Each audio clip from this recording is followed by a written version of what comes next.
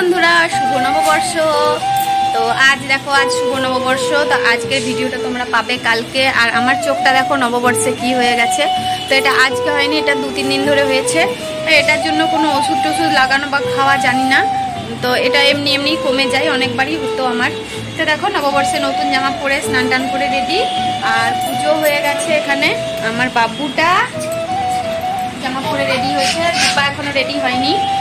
আর ওর পাপ্পা ছুটি পায়নি, কালকে ছুটি নিয়েছিল শনিবার, কিন্তু আজকে ছুটিটা পাইনি। একজন কোথায় কার জন্য কে মারা গেছে, সে যাবে। তো তার জায়গায় ওকে কাজটা করে দিতে হবে, কিন্তু ও যাবে, গিয়ে চলে আসবে দুপুরবেলাতে। আর আজকে রান্না বান্না কী করব সেটা এখনও কিচ্ছুই ঠিক হয়নি। অনেক কিছু করব বলে প্ল্যান ছিল। তো বাজারে একটু যাই, গিয়ে দেখি কি আনা যায়। মাছ টাছ একটু দেখি নিয়ে আসি। তো তোমাদেরকে সেটা দেখাতে পারবো না, কারণ মোবাইলটা রেখে যেতে হবে, বাড়িতে রেখে যাবো। তো চলো, আমি আজকে কি করছি তোমাদের সঙ্গে অবশ্যই সেটা শেয়ার করছি, আর তোমরা দেখতে থাকো। চলো। তারপরে অবশেষে এসে গেছি। এত দূরে গেছিলাম, তোমাদেরকে দেখাতে পারলাম না। আমাদের এদিকের মার্কেটে মাছওয়ালাগুলো বসেনি তখন, আর বসেছিল যারা, তাদের কাছে মাছওয়ালা ছিল। একদম স্টেশনের মার্কেটে গেছিলাম, পুরো ঘুরে হেঁটে হেঁটে এলাম। অটো রিক্সা করিনি। আর ভাবলাম যে দেখে দেখে যাই কি আসছে। অনেক জিনিস কিনলামও, এবার রান্না করব। তো কিছু খাইনি। বড়া পাও নয়, ভাজি পাও। এই যে ভাজি পাও নিয়ে এসেছি, তো এটা খাবো। এটা খাই, চলো দেখতে থাকো। দীপা নতুন জামা পড়েছে, দীপা এটা নিয়েছে।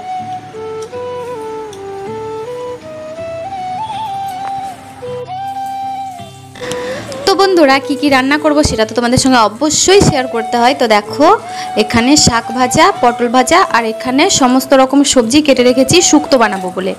আর এই যে বেগুনটা ভেজে নিচ্ছি। শুক্তোটা না আমাদের এমনি খাওয়া হয় না, তো অনেক দিন ধরেই খাবো করছিলাম। তো তার জন্য আজকে শুক্তোটা স্পেশাল, মানে মাছ মাংসের থেকেও শুক্তোটা আমাদের কাছে খুব স্পেশাল।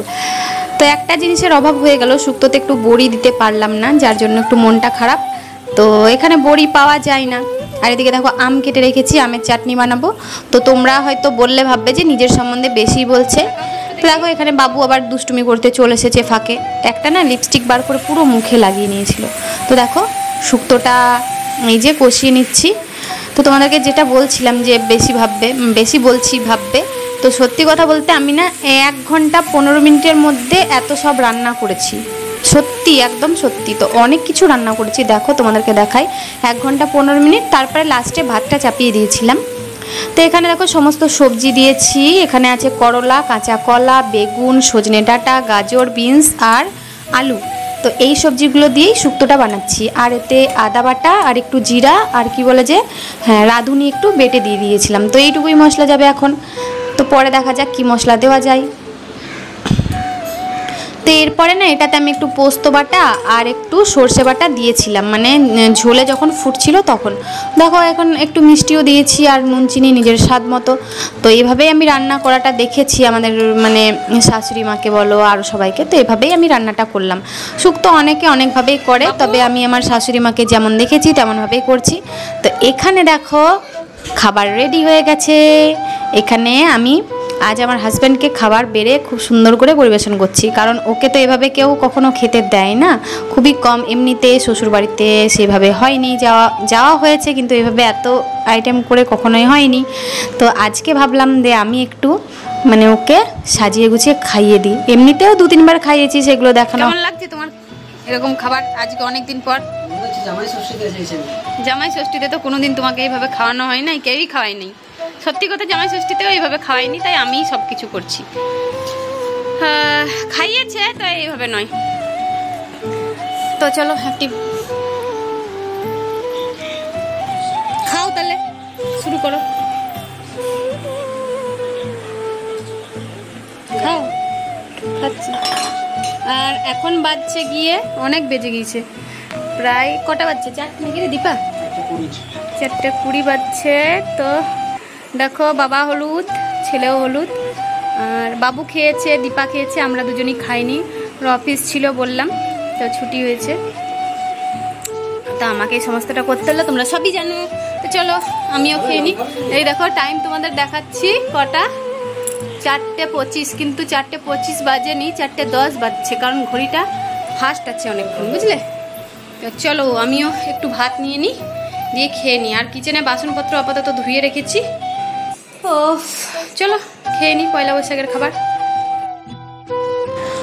তো বন্ধুরা দুপুরবেলায় খাবার টাবার খেয়ে একটু ঘুমিয়ে গেছিলাম, আর শরীরটা না ভালো লাগছিল না, মানে অনেকটা রোদে হাঁটাহাঁটি করেছিলাম আজকে, তার জন্য শরীরটা মানে কীরকম লাগছিল। তারপর আবার মানে বাড়িতে এসে ঝটপট করে রান্নাগুলো করেছিলাম, মানে খুব তাড়াহুড়ো করে আর কি, শরীরটা একটু ক্লান্ত হয়ে গেছিলো।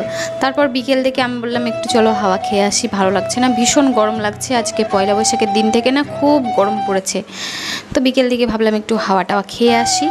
আর দু একটা জায়গায় মানে ঘুরতেও ভালো লাগে, কিন্তু আসা হয় না। তো দেখো এখানে ভাগবত পাঠ হচ্ছিল একটা সোসাইটির থেকে, তো এটা আমাদের সোসাইটি নয়, আমাদের থেকে একটু দূরে। আর এই জায়গাটা খুব ভালো লাগে, আমাদের ওই দিকটা একটু মানে লোকজন বেশি, ওই দিকটায় দোকানপাট একটু বেশি, তো খুব একটা ভালো লাগে না। আর এই দিকটা ফাঁকা ফাঁকা।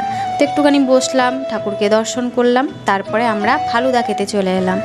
তো অনেক দিন ফালুদা খাওয়া হয়নি, আর যেহেতু ঠান্ডা লেগে আছে সেহেতু তবুও একটু করে খাবো, কিছু হবে না। এখানে দেখো সেই মলটা, এই মলটাতে আমরা মাঝে মাঝে বাজার টাজার করি, তোমরা দেখতে পাও। তো এই যে ফালুদা নিয়ে এসেছে, আর ওর বাবা নিয়ে এসেছে সীতাফলের ফালুদা, মানে সীতাফল বলতে ওই যে বড়াল। তো সত্যি কথায় এর মধ্যে এর কোনো স্বাদও পাইনি। চলো আমরা ফালুদাটা খেয়ে নিই। সবাই তোমরা সুস্থ থেকো, ভালো থেকো, আর আমিও ভালো থাকছি। টাটা, আজকের ভিডিওটা এখানেই শেষ করলাম।